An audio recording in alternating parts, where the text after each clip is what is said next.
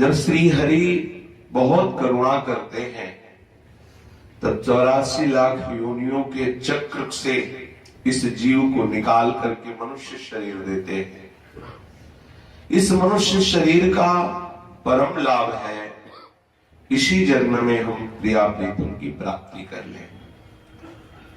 प्रिया प्रीतम की प्राप्ति का अर्थात भगवत प्राप्ति का स्वरूप यह है भगवान के दर्शन कर लेना मात्र ही नहीं, उनके चिंतन में इतना डूब जाना कि हमारा एक क्षण भी कहीं संसार आदि के चिंतन में न जाए। ये भगवत प्राप्ति का दुर्लभ स्वरूप है।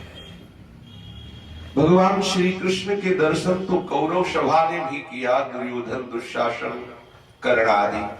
क्या कभी इन्हें रोमांच हुआ? क्या कभी इनका हृदय पुकारा कि हा कृष्ण तुम कितने करुणामय हो?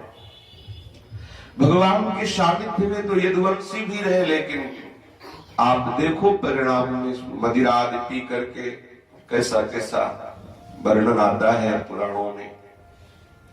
भगवान के दर्शन उतनी विशेष बात है, यद्यपि परम सौभाग्य का विषय है, पर विशेष बात यह है कि आपका चिंतन कितना होता है प्रभु के लिए। बस हम देह और संसार का विस्मरण करके सदैव अपने प्राण प्यारे के चिंतन में डूबे रहे, ऐसी स्थिति से श्रेष्ठ कोई स्थिति नहीं है।